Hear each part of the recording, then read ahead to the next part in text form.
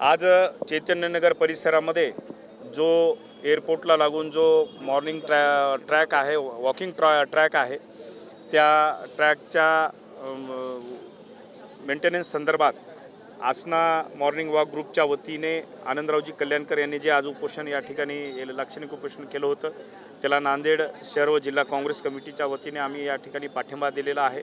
आपण बघू शकता की मराठवाड्यातला सगळ्यात मोठा हा वॉकिंग ट्रॅक या ठिकाणी आहे, पण ज्या प्रकारे शासनाकडून त्याचं मेंटेनन्स व्हायला पाहिजे ते मेंटेनन्स होत नाही आहे। या ठिकाणी जी हरळी आहे ती वाळून चालत आहे, पाण्याचा पुरवठा त्याला होत नाही आहे। या ठिकाणी CCTV कॅमेरे असले पाहिजे, कारण बरेच ज्येष्ठ व्यक्ती महिला या ठिकाणी सकाळी आणि संध्याकाळी फिरायला येतात आणि अशा अनेक गोष्टीसाठी आज त्यांनी लाक्षणिक उपोषण केलं।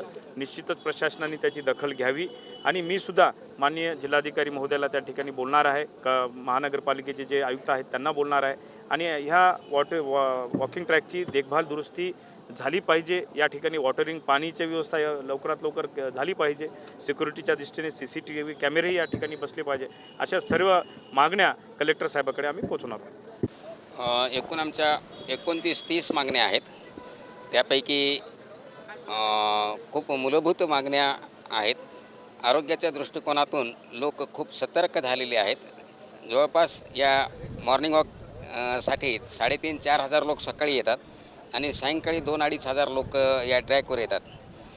तर मागण्यांमध्ये ही एक प्रमुख मागणी आहे की इथं गाजर गवत आणि वेगवेगळ्या बारीक बारीक फुलांचं तण निर्माण झालेलं आहे, त्याचं मेंटेनन्स बरोबर वेळेवर होत नाही आणि मग काय होतं आहे की हे फुलं आलेत त्याला आणि ते फुलं जे आहेत गाजर गवत आहेत, त्याच्यामुळं गाजर गवतामुळं बरेच लोकांना स्किनचे प्रॉब्लेम होऊ शकतात।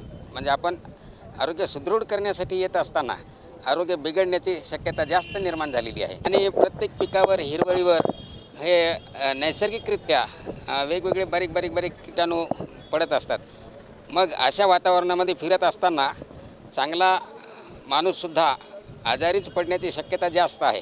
त्यानंतर इथं बाथरूमची सोय नाही आणि हे गार्डन सुरक्षित राहण्यासाठी आमचं तर म्हणणं आहे की जेव्हा गार्डन सुरू केलं विकसित करण्याला त्याच्या अगोदर जाळी लावायला पाहिजे होती, संरक्षण भिंत लावायला पाहिजे होती, म्हणजे हे गार्डन चांगल्या प्रकारे टिकलं असतं।